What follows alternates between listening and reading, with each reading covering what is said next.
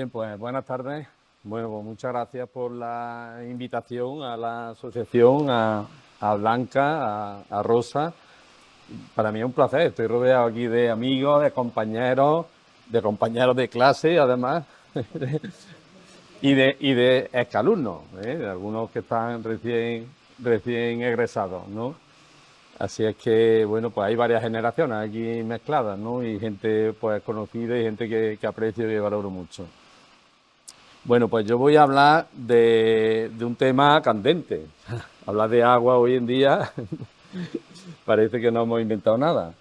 Estamos en una situación, ya lo sabéis, crítica, bastante dura. El martes tuvimos comisión de expertos de la sequía, nos convocaron en Sevilla y bueno, pues la situación no apunta bien. Y la cuestión es que la incertidumbre sobre cuándo va a llover pues hace todavía que, porque las alarmas estén ahí, ¿eh? Y esperemos, ahora veremos algunos datos y bueno, pues siempre uno tiene la esperanza de que cuando me comparo con algo, pues igual tengo, pues eso, la esperanza de estoy mejor que en aquella situación. Allí cambió en ese momento, cambiará aquí, pues vamos a ver lo que pasa.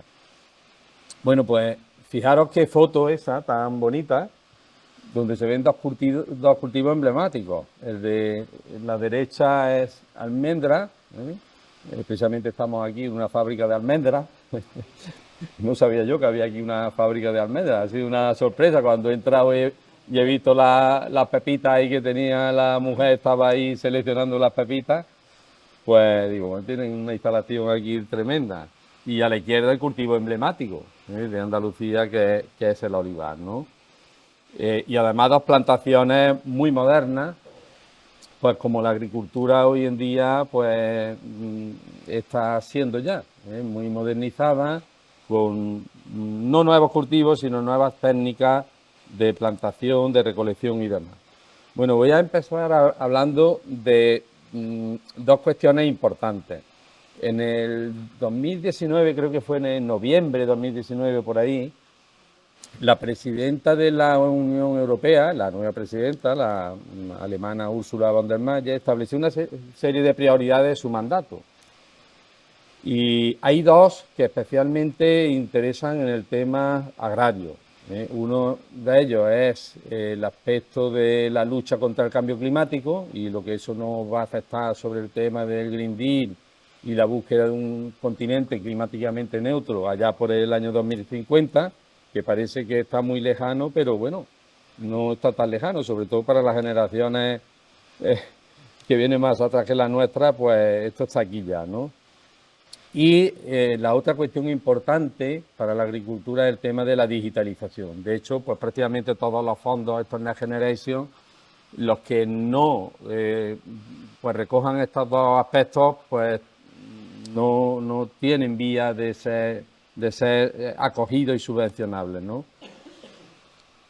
Bueno, pues entrando ya en detalle, hay tres aspectos claves. Parece que se va a acabar además. Ya la jornada laboral son casi las 7:30, acabará a esta hora, ¿no? No, 24 horas aquí. Bueno, pues la almendra se ha acabado, por lo menos. Hay tres aspectos claves que son y que están enormemente relacionados en la actualidad y en un futuro todavía más, ¿no? Que es el agua, el nexo que tiene el agua con la energía, eso hoy en día hay que contemplarlo de una forma indisoluble, porque es fundamental, y la digitalización, que nos va a ayudar a las dos cuestiones, a cómo ese nexo va a ser optimizado, va a ser más eficiente. Hoy quizás nos vamos a centrar en la primera parte, en la relación entre el agua y la digitalización. Para otro día podemos dejar la segunda. Bueno, y entonces una digitalización para nosotros, ¿qué efectos va a tener? ¿Cómo podemos aprovecharla en el caso de la gestión del agua? Pues sin duda para mejorar las decisiones en la gestión, para mejorar también la productividad, es decir, cuánta cantidad de productos tengo yo por metro cúbico de agua consumida, o qué precio tengo por el agua que yo consumo. en resumidas cuentas, un poco la optimización de la huella del agua, que eso empieza ya a hablarse y cada vez se hablará más, ¿no? Precisamente hoy se ha leído un TFM sobre el tema de la huella del agua en una almazara, que hemos dirigido allí el grupo nuestro. Eh, Cómo tenemos también una mayor adaptación, ¿no? Cuando yo apuesto por una digitalización, ¿no? Una mejora en la sostenibilidad porque uso los recursos de una forma más sostenible y en resumidas cuentas vamos a ser más competitivos, ¿no? Bueno, el tema del agua, hay una cantidad de millones impresionantes como nunca ha habido. O sea, yo creo que de aquí a 3 años ahora estamos subiendo y dentro de 3 o 4 años estaremos bajando, no me cabe duda, porque es que hay una inflación ahora de ayuda terrible. Y hay dos cuestiones importantes, ¿no? Una es los fondos propios del Plan de Recuperación y Transformación y Resiliencia, que hay pues, más de 500 millones ahí dedicados al tema del ahorro de agua. Pero fijaros que ha cambiado mucho las cosas. En el año 96, cuando surgió el primer plan de modernización de riego, hablaba solo de eficiencia de ahorrar agua. No decía nada de energía. Ahora no. Ahora esos planes contemplan el ahorro de agua y la eficiencia energética. Es lo que he dicho anteriormente. O sea, el hacer una cosa sin la otra no tiene sentido. Y además que no nos lo van a apoyar. O sea, hay una cantidad ahí de millones previstos impresionantes. Pero incluso es que hay más. Luego sacaron los PERTE, los famosos PERTE, que no sé si vamos ya por el PERTE número 12 o cosas así. Primero fue el del coche eléctrico, no sé si os acordáis, hace ya varios años. Y el año pasado, PERTE que nos interesen a nosotros. Bueno, el primero de la energía renovable, por el tema de la energía. El PERTE agroalimentario, ese sí que afecta al tema de la gestión del agua. Y el último que salió precisamente el Día Mundial del Agua el año pasado, que fue el PERTE de digitalización del ciclo del agua. Bueno, esos PERTES también tienen millones. O sea, aparte del plan que hemos visto de transformación y recuperación, pues hay también en los PERTES pues, más de 400 millones para la modernización de regadío. O sea, a eso hay que sumarle lo anterior. Y además, el PERTE del ciclo del agua, que este lo gestiona el MITECO, pues va a destinar 200 millones también a medidas sobre la digitalización en el regadío. O sea, que fijaros lo que estamos sumando, una cantidad de millones terrible. Aquí las empresas están ahora, bueno, precisamente este PERTE salió el 2 de agosto, el 2 o el 3 de agosto, el 2 de agosto me parece que fue. Y hay ahora un plazo para que solicite la ayuda hasta noviembre. Por ahí. Bueno, tiene 200 millones. Además, este PERTE ha salido de una forma muy curiosa, porque aquí se ha dialogado mucho con los usuarios y demás, y han definido los usuarios, fundamentalmente han sido comunidades regantes. Luego hay más PERTES pues en Marsa, donde está el presidente. En Marsa ha pedido un montón, no en estas líneas, pues estas son de agricultura, pero le acaban de negar, pues ha pedido de todo. Vaya por Dios. Sí. Luego están los otros PERTES que van destinados específicamente al sector del abastecimiento, ¿no? y del saneamiento. Bueno, pues aquí hay una serie de cosas, unas medidas muy curiosas que son 7 soluciones digitales. Seguramente Hispatec conoce bien esto, es mucho mejor que lo vaya yo a explicar, porque aquí hay nicho empresarial bastante, ¿no? Entonces, algunas de las soluciones digitales interesantes, pues como esta, ¿no? Que aparece ahí, donde van a dar dinero, ayuda, financiación, para precisamente el apoyo al telecontrol, monitorizar a través de sensores, apoyar el fertirriego, la optimización energética, en fin, todo ahí. Aquí pueden ir usuarios de diferentes tipos, fundamentalmente comunidades de regantes, otro tipo de agrupaciones, ¿no? Y me consta que hay mucho dinamismo en el sector por acudir a estas convocatorias, ¿no? Las cuales ahora se están preparando las propuestas, ¿no? Ya he dicho que todavía no está el periodo no está concluido, y bueno, pues hay en el sector hay bastante inquietud en el tema este. Bueno, y el sector del regadío, ¿a qué tiene que responder en los próximos años? Pues a preguntas y desafíos importantes. El primero de ellos es la escasez de agua. Esto es un tema que preocupa y que, bueno, nos lleva a que busquemos agua donde no la hay, pero es que el agua es la que hay y poco más podemos hacer, ¿no? Eh, entonces, bueno, aquí ahí vamos a repasar ahora varias cosas, ¿no?, que están ocurriendo y que pues es posible bueno, que tengamos alguna, en algún caso, algún puntual, alguna posibilidad de aumentar la superficie de riego, de coger otros recursos alternativos, en fin. Y orientar a lo mejor también los cultivos, orientar los cultivos. El segundo desafío es la energía. La energía es otro tema que ya hemos visto y vamos a ver algo de ella, ¿no? En primer lugar, el agua. Bueno, hay que decir que nuestro clima, yo digo que es un clima variable y cambiante.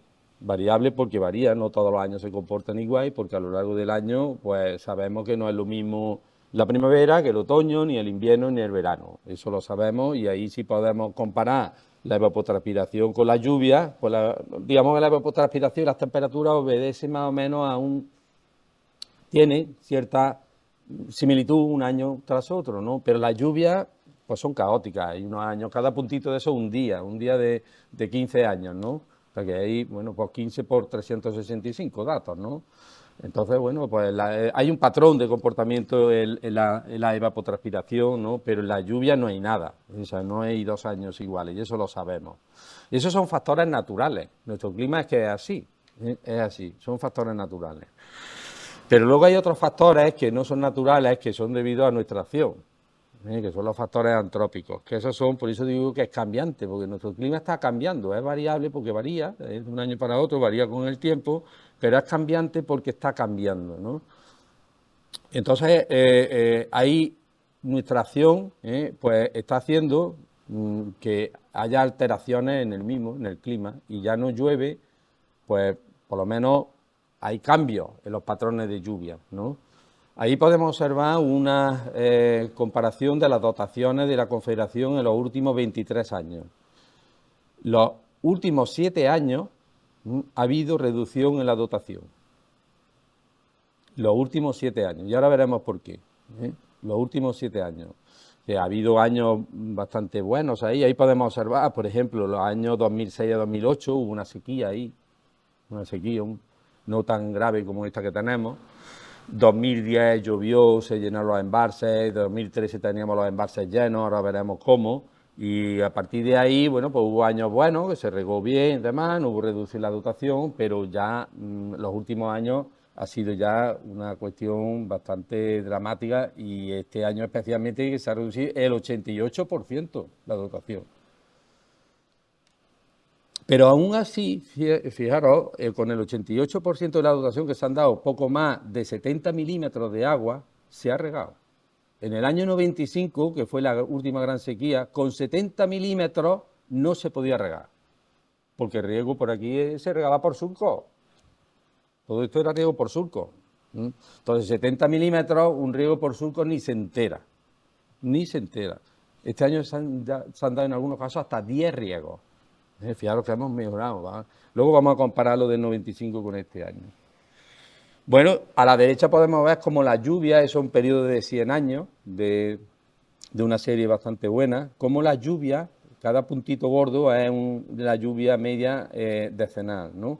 Pues van bajando, hay una tendencia claramente de disminución de la lluvia. Cuando uno estudia una serie larga se ven cosas. Y abajo ahí es un índice que mide la intensidad de los déficits de agua, ¿no? Entonces, lo que está en negativo, es decir, por debajo, lo que está ahí señalado con esos círculos rojos, pues corresponde, yo lo he ido más o menos agrupando con los periodos secos, ¿no? Y se ve la sequía en la que estamos ahora, en una área intensa, negra que hay ahí, que todavía no está acabada, que todavía estamos en esa, la del 2006-2008 y también se observan los datos, no se ve, es que esto no señala ahí abajo, ¿no? Pero esto de aquí de más a la izquierda, esa es la del 96, que bueno, ahí se ve, ¿no? Los años 90 y tantos, como fue una sequía también bárbara, ¿no?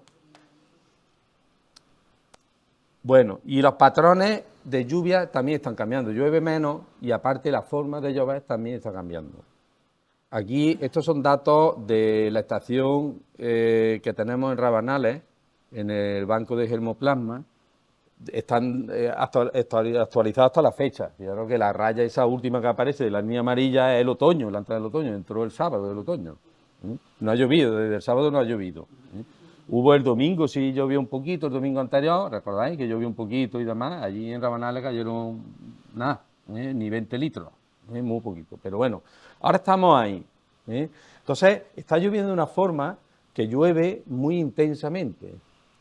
O sea, estas borrascas que entraban del Atlántico, que se tiraban una semana lloviendo de forma sostenida, que alimentaban los acuíferos, que el agua que llovía, pues percolaba y generaba correntías naturales. Ahora no, sí, ahora recuperamos a lo mejor la lluvia media, no son años tan secos como los de los 90, pero sin embargo es que llueve de una forma muy intensa. A lo mejor llueve en un día o en 2 días 100 litros y esa lluvia no se aprovecha. El suelo es que la escupe. El suelo tiene una capacidad de infiltración de 10-15 milímetros a la hora. Todo lo que sea superior a eso lo escupe y ese agua se va. ¿Vale? Entonces, está pasando que hay unas mesetas ahí horizontales, pues prácticamente se tira meses y meses sin llover, como este año en abril, que no llovió nada, nada, absolutamente nada. Y eso es un problema, porque ese agua no recarga los acuíferos, no recarga los embalses, y es un problema importante. Entonces, la forma está cambiando. Pero aparte de la lluvia hay otra cuestión que todos la estamos padeciendo, que es la temperatura. La temperatura. Y hablar de temperatura, hoy aquí, que estamos acabando septiembre y hace un calor de narices, y vamos a tener más calor el fin de semana, o sea que prepararos, podéis ir a la playa si queréis. Pues está subiendo, los datos de la temperatura media en el aeropuerto de Córdoba están desde los años 60. De media ha subido 1,4 grados, las temperaturas medias. Y abajo es un estudio de temperaturas ahí, de cómo los últimos años, fijaros, estamos por encima de la media. Entonces, cogiendo un periodo de referencia que ha sido la media del 71 a 2000, pues los últimos años que estamos por encima. O sea, son años mucho más cálidos que los años previos, ¿no? Ahí se observa unos años, curiosamente, que todo coincide, que son los años, la década entre 40, los años 40 y 50. Son los años esos que aparecen ahí intermedio también en rojo, y ahora veremos por qué. Bueno, pero si es que hablamos ya de olas de calor, ya ahí aparece la ola de calor que hemos tenido los últimos 2 años. El año pasado tuvimos 3 olas de calor, que sumaron 41 días por encima de 40 grados. Y hubo más días, pero que fueron puntuales porque hubo también en mayo alguna punta. Ola de calor es un periodo sostenido de varios días para que se considere ola de calor. Estos lo fueron, de hecho en julio hubo 19 días por encima de 40 grados. Este año hemos tenido 3 olas de calor también. Una ha sido en agosto, que no se la esperaba ya nadie, la segunda quincena de agosto, que ha sido brutal también, brutal. Pues este año hemos acumulado 20, pero es que en abril este año llegamos a 40 grados, en abril. Y también hubo episodios puntuales en junio de 40 grados, que no son olas de calor, pero son... Luego, esto encima estamos con menos lluvia, los embalses disminuyendo y las temperaturas tan altas, pues la tormenta casi perfecta. Del año 75 a este año, las olas de calor que hemos tenido en Córdoba son esas que hay ahí. Yo he señalado 2 recuadros, que es el 90-95 y el 2017-2023, porque son las sequías gordas, por lo menos las que yo he vivido. Y son parecidos, son años enormemente secos, muy secos, y bueno, pues hay similitudes entre esas 2 olas, ¿no? Ojalá que haya similitudes también en la forma de finalizar, y ahora veremos por qué. Pero la sequía, o sea, estamos en una sequía, pero la sequía se va a acabar con una inundación. Seguro, cuando empiece a llover no va a parar, seguro, se acabará como siempre se ha acabado, ¿no? Esto de la sequía en España es histórico. Bueno, en España y en la Biblia aparecen sequías que se iban, había éxodo desde Israel hasta Egipto, porque no se producía, el secano no producía nada. Y se iban al valle del Nilo porque allí había agua. O sea que las sequías son de, nuestros climas mediterráneos son de esa manera, como hemos dicho. Y ahí aparecen sequías históricas, ¿no? Y sequías del año 53. Esto es un estudio muy interesante que se hizo a través de unos estudios estudiando los anillos de los árboles. ¿Eh? Y además está bastante contrastado este trabajo, ¿no? Bueno, pues ahí podemos ver como la sequía que yo decía de los años 40, que se ve ahí abajo. En España hubo una sequía de los años 40, nosotros porque somos más jóvenes no lo hemos conocido, pero yo, mi padre decía el año del hambre. Y la gente se moría de hambre porque no había riego y el secano no producía, no llovía. ¿Eh? Y esa sequía está ahí, incluida. Está la del 95 también. O sea que sequía hemos tenido toda la vida. Y esto es lo que os quería mostrar. Este gráfico es también muy ilustrativo porque esto es el agua embalsada en España desde el año 88 al 23. Cuando tenemos datos, pues podemos hacer muchos estudios, interpretarlos y ver tendencias y, oye, y ver que, en fin, que esto está ocurriendo, pero también ocurrió antes, ¿no?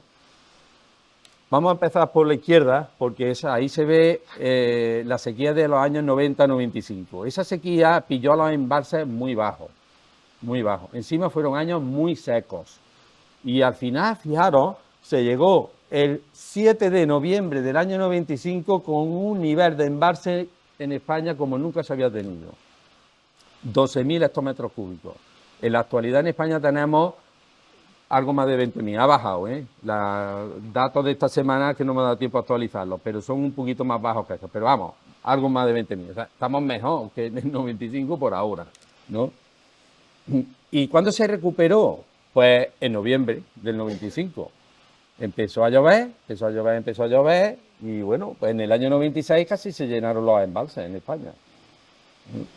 Entonces, bueno, esa esperanza tenemos, a ver si nos parecemos al año 95, ¿no? Que llegue noviembre, porque octubre, me parece que vamos a pasar octubre así. Así.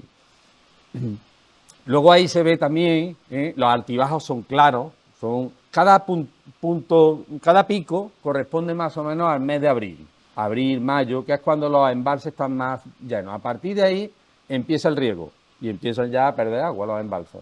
Y luego ya se recupera en el otoño, cada pico el mes de abril, la semana 20 y tantos, por ahí. Eso está más que estudiar. Puede ser en un año mayo, abril, finales de abril, pero más o menos está por ahí. Pero fijaros también, si seguimos a la derecha, como el año 2000, el periodo 2006-2009 también fueron años muy secos y bajaron los embalses bastante. Y esa fue la otra gran sequía. De hecho, en el año 2006 salió un plan de modernización que se llamó el plan de choque. El plan de choque. Bueno, pues se recuperaron los embalses en el 2010, 2011 también fue bueno, 2012 también, y 2013 fue un año histórico. No sé el año de las inundaciones de aquí del aeropuerto, no sé si fue 2010.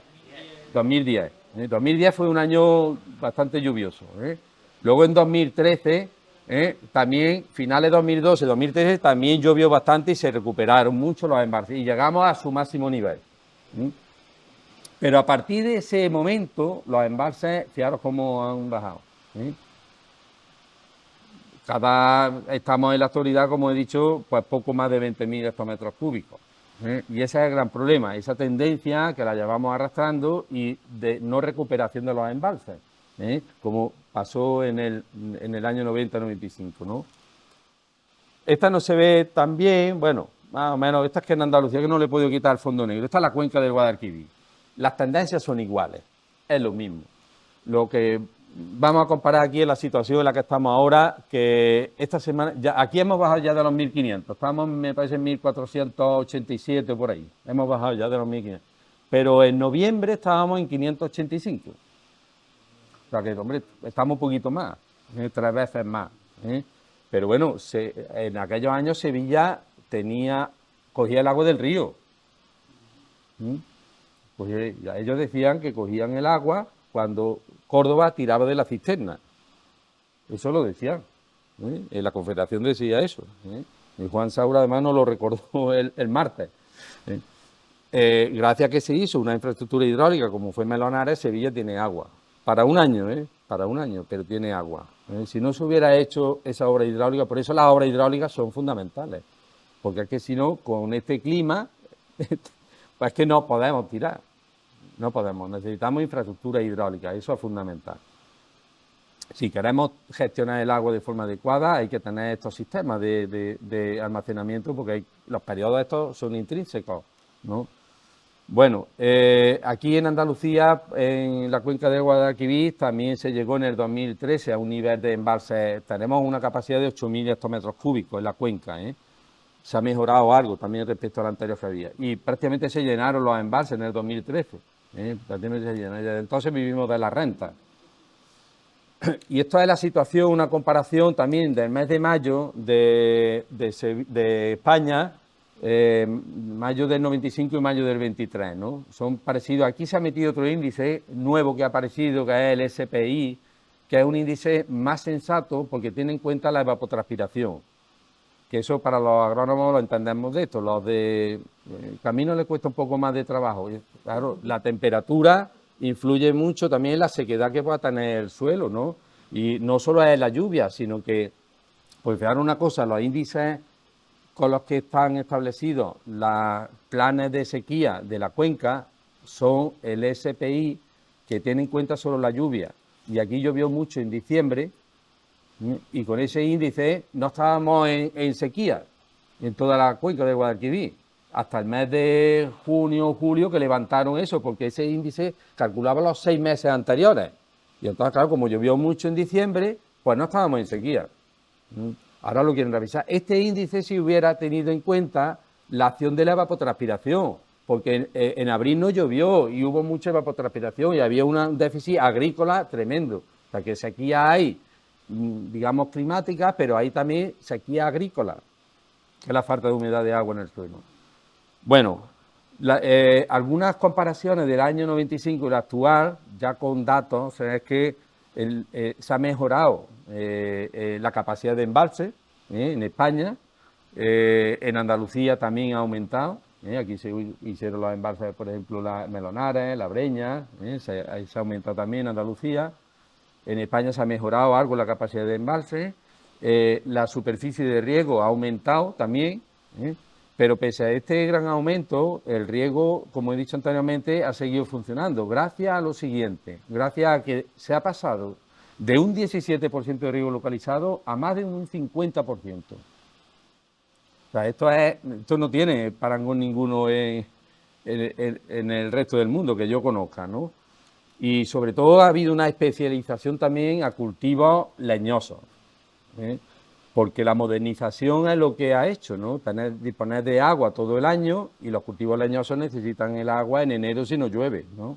Entonces, y además se adapta muy bien a otro tipo de riego que requiere menos agua, ¿no? Por todo eso, bueno, pues gracias a todos esos esfuerzos se ha podido mantener los riegos en estos años tan malos.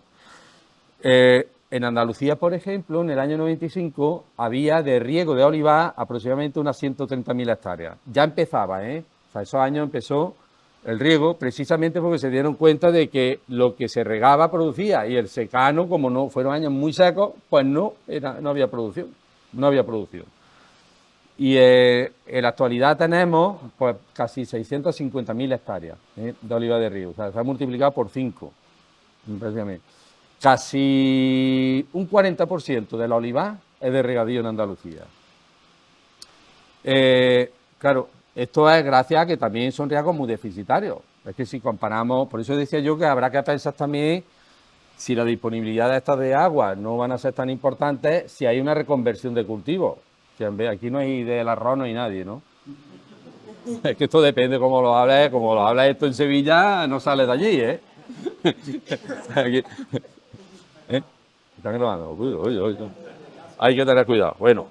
Sí.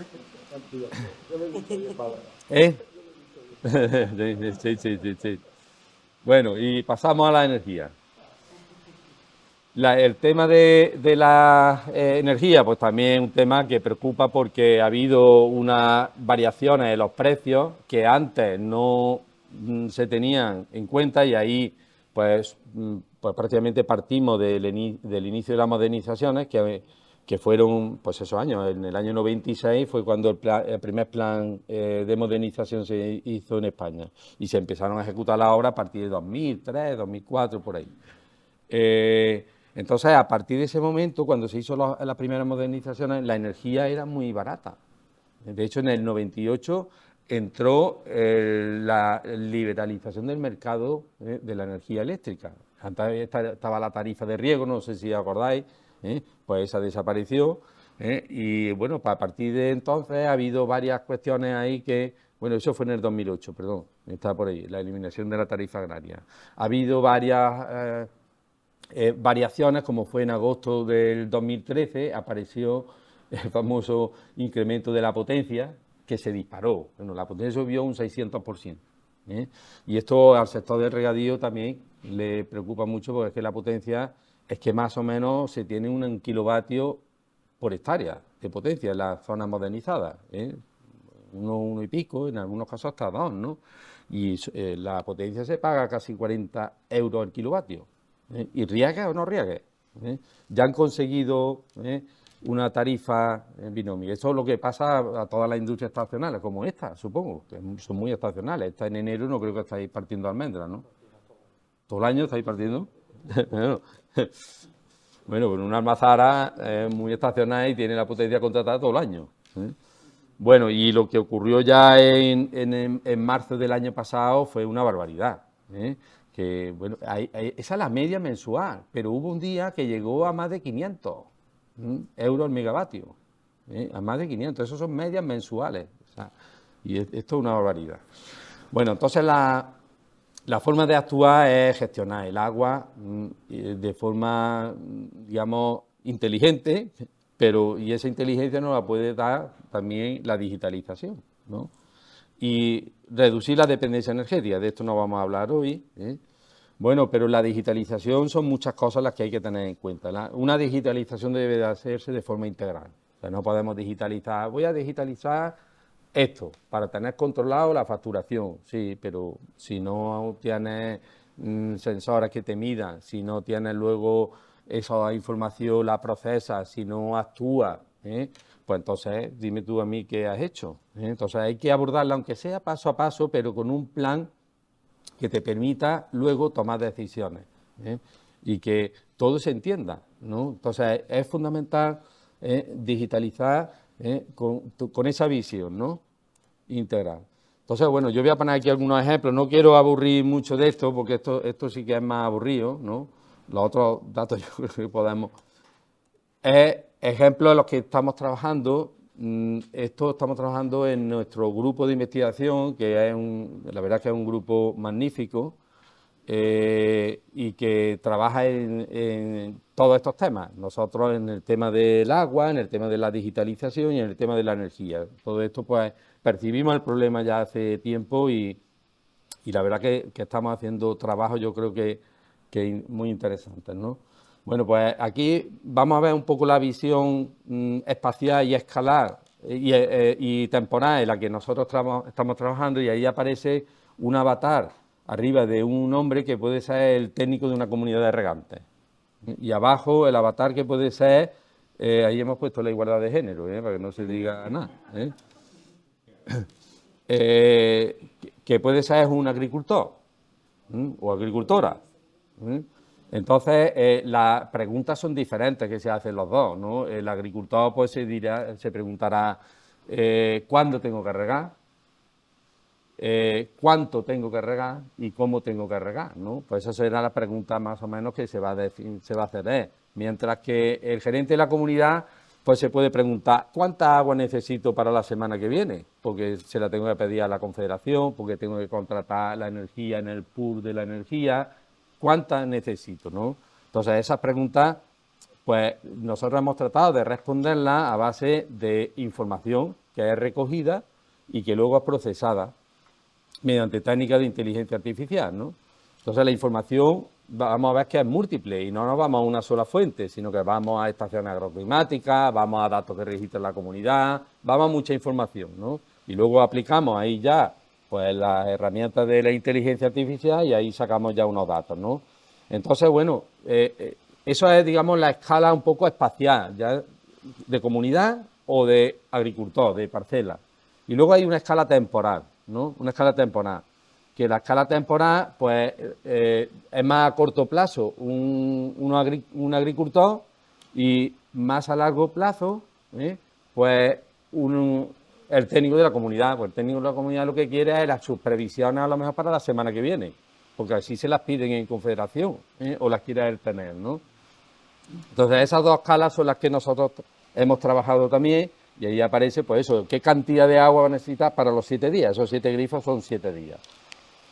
Bueno, escala de comunidad, pues fijaros, aquí ya donde entran un poco las complicaciones. Nosotros hemos tenido en cuenta pues diversas técnicas de inteligencia artificial, como ahora cuando vamos a empezar lo difícil empieza el ruido. Aquí esto es más aburrido y por eso, dice, para que no se enteren de nada, vamos a... Pues redes neuronales y algoritmos genéticos que entrenan y optimizan esas redes neuronales, ¿no? Bueno, pues eso, pues nos hemos ido a datos reales de comunidades regantes. Aquí hemos trabajado en una que está en Lora del Río, Bembeza más en derecha, y toda esa es la información que nos daba el técnico de la comunidad. Esta comunidad está bien gestionada porque la lleva un ingeniero agrónomo, que estudió en la escuela también, entonces eso se nota. Entonces, bueno, eso nos ha permitido, con toda esa información, algunas de ellas, repito, que son de estaciones agroclimáticas, pues establecer, como se ve ahí en esos gráficos, unas correlaciones magníficas entre la demanda de agua y la demanda de agua observada, ¿vale? ¿De acuerdo? Pero magnífica, con lo cual, con estas técnicas y con esa información, ese gerente podría él saber con antelación qué cantidad de agua necesita. Y a escala de agricultor eso es mucho más complejo, porque necesitamos una información más fina, más selectiva, que no se tiene en todos sitios. Vamos a poner todo el gráfico. Y ahora lo primero que hay que decidir, por eso hay un árbol ahí, es si va a regar o no va a regar. Y eso es una técnica que se llama árbol de decisión. Y luego lo segundo es que ya nos dé la cantidad de agua y ahí aparecen otra vez las herramientas de los algoritmos genéticos, de las redes neuronales y toda la historia esa, ¿no? Bueno, pues para una cosa hay que preguntar algunas variables. Por ejemplo, influye mucho que el regante vaya a regar si es festivo o si es el día de la patrona del pueblo. Hay romería, ahí ese no va a regar ese día. Entonces, todas esas cosas parece que no, pero influyen, influyen.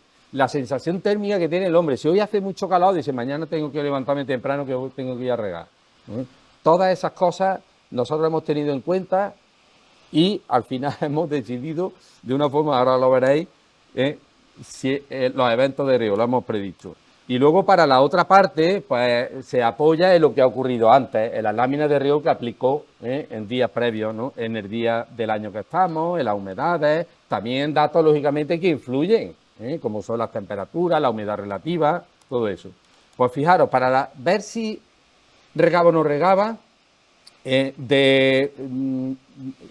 tuvimos un porcentaje de acierto del 100%, tanto si eran positivos, días que iba a regar, como que no iba a regar. Lo acertamos todos. Y respecto a la cantidad de agua, pues conseguimos con esta técnica para arroz, maíz, tomate. Esto fue aplicado, no lo he dicho, a una comunidad que está en Don Benito, Canal del Zújar se llama, que está muy bien automatizada y tiene datos casi horarios, ¿no? No hay muchas comunidades así, no hay muchas. Bueno, pero es que a esto le hemos dado un paso más y esto fue un artículo muy reciente de este año, de hace unos meses, donde nosotros hemos sido capaces ya de predecir de una forma todavía más precisa para una comunidad, para Don Benito también, a nivel de comunidad, las predicciones de agua a escala semanal. Y todavía todo esto lo estamos complicando más, y no, aquí voy a ir un poco más rápido. Y ahora estamos, ahora voy a poner los datos. Estamos siendo capaces de seleccionar para periodos horarios. Es decir, el agricultor va a regar, pero en función de la tarifa eléctrica. Y ahí están los 6 periodos. También hemos sido capaces de reproducirlo con bastante acierto y ahí están los resultados del mismo, ¿no? Y ya lo último, esto es un trabajo que tenemos ya mandado para publicar. Esto que veis ahí es la base del chat GPT. Esa es la base, del Transformer. ¿Eh? Uno más potente que este, usted es el primero que salió, y el Transformer está, el GPT, no sé si ya va por la versión número 3 del Transformer este. Esto tiene ya millones de parámetros, millones de parámetros. Y aquí hemos sido nosotros capaces de predecir ya casi con un 100% de coeficiente de determinación las cantidades de agua para los 7 días. O sea que esto está tan cambiante, la verdad, y los avances son tan importantes que, bueno, las oportunidades que ofrece esto, pues cada día se va descubriendo nuevas cosas, ¿no? Pues esta tecnología está ya aquí y, bueno, no me voy a extender mucho más porque traía también cosas de gemelos digitales, que estamos trabajando en ella, ¿no? Y para que no, lo que no sepáis lo que es un gemelo digital es... En realidad un gemelo digital esto está de moda, pero esto antes se trabajaba con esto y se le llamaba de otra forma. Esto es lo que antes se llamaba un sistema de apoyo a la decisión, que ahora le han dado por decir gemelo digital. Y es un gemelo digital porque es un gemelo, son dos cosas que son iguales, ¿no? Pues entonces lo que hacemos nosotros es reproduzco yo algo exactamente igual, pero de forma virtual. Pero no me quedo ahí, sino que es que además los conecto. ¿Y cómo los conecto? Con los sensores IoT. Entonces, lo que yo estoy en campo, por ejemplo, en una plantación midiendo de humedad en el suelo, de presión de turgencia de los estomas, de tensión en la planta, de datos climáticos, pues todo eso voy alimentando el modelo virtual que yo tengo. Y el modelo virtual va haciendo simulaciones y va viendo, pues estas son las condiciones, pues ahora actúa, le manda información al modelo real. Y dice, oye, que tienes que regar, que hemos llegado ya a este nivel de humedad en el suelo, por ejemplo. Y entonces actúa. Eso es un gemelo digital. Pleno, tal como lo estamos trabajando nosotros. Pues hay gemelos digitales que te dan la información aquí, pero no actúan, no se comunican, ¿no? Entonces, esa es la idea, ¿no? Los sistemas de apoyo a la decisión antes te decían, oye, pues sí, esta recomendación de riego, ya tú la das o no. No, esto lo podemos volcar. De hecho, hay un proyecto en el que estamos trabajando de gemelos digitales, que es este de aquí, donde esto es la finca experimental de Rabanales. Aquí hay cuatro grupos de investigación. Tres son de la escuela nuestra y otro de la Universidad de Málaga, que son los especialistas en realidad en gemelos digitales, en arquitectura de software, porque esto en realidad es la arquitectura. Nosotros somos especialistas en la aplicación, ¿no? Pero a ellos es el que dejan el entorno bonito, ¿no? Y bueno, pues esto es un proyecto que empezó el año pasado, tenemos todavía un año más y fue de una convocatoria de estos dineros que hay, que ahí tienen que gastar, precisamente destinadas con esto, digitalización y ahorro de agua y sostenibilidad, por esa vía. Esta es la finca Rabanales, aquí es donde estamos trabajando, arriba del todo está el banco de germoplasma y ahí estamos trabajando, ahí eso que estamos señalando es, ahí es donde llevamos a los ministros de la Unión Europea, ahí estuvieron, ahí está una máquina de riego que es única en Europa, la máquina esa, y entonces en esa máquina de riego tiene un riego variado, que varía para cada zona, como esta mesa, da un riego, aquí da un riego, allí da otro riego, allí otro, yo eso lo puedo programar para que den riegos diferentes.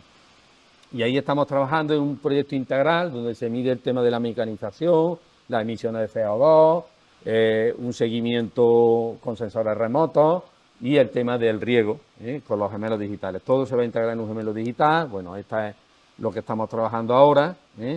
Ahora hay un trabajito que presentaremos para el Congreso Nacional de Riego, que es en Úbeda, el mes que viene, del 18, 19 y 20, en Úbeda.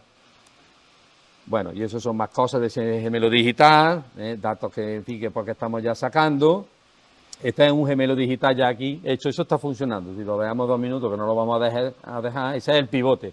Esta no es que allí hay dos máquinas. Una es un pivote tradicional, que es ese que se está moviendo ahora, y luego la máquina de avance frontal, lo que se llamaba Ranger.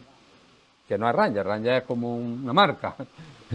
Su nombre es Máquina de Avance Frontal. Bueno, y este es el pivote. El pivote, está el gemelo digital ya. Yo le estoy haciendo ahí consultas de que me diga el caudal que pasa por ahí, por esa tubería, o la presión que hay, y me la está dando. El modelo está identificando eso, ¿no? Vale. Bueno, y esto es un gemelo digital que estamos haciendo también en Cádiz, ¿eh? De un olivar súper intensivo. Lo tenemos monitorizado desde el punto de vista hidráulico y luego con sensores. O sea que ahí controlamos todo, desde la bomba, la red de riego, todo. Y aquí han podido regar este año porque tenían dotación. Esto está en Guadalcacín, en la comunidad regante de Guadalcacín, y tienen bastante dotación. Y entonces, bueno, estamos trabajando en esta. A final de año este proyecto acabará y empezaremos ya a tener datos. Bueno, ya es que no me voy a entretener estas cosas que son ya muy punteras. Vamos a pasar. Bueno, yo simplemente ya deciros eso, bueno, que es súper importante y crucial hoy en día que gestionamos el agua de una forma, con esta herramienta que tenemos, ¿no? Y que todo esto es lo que nos da el mundo de la digitalización, ¿no? Y sobre todo los sistemas estos predictivos que hemos dicho, pues nos van a ayudar mucho en un futuro, ¿no? Así es que, bueno, pues yo nada más, muchas gracias a vosotros por vuestra atención. Yo sí, si queréis preguntar algo, es que yo lamento no quedarme al coloquio, pero es que tengo que estar a las 8:30 en coro, que tenía un compromiso antes de enterarme de esto y no puedo faltar. Entonces, he tratado de compaginar las dos cosas, pero ya no tengo la capacidad de dividirme. ¿Eh?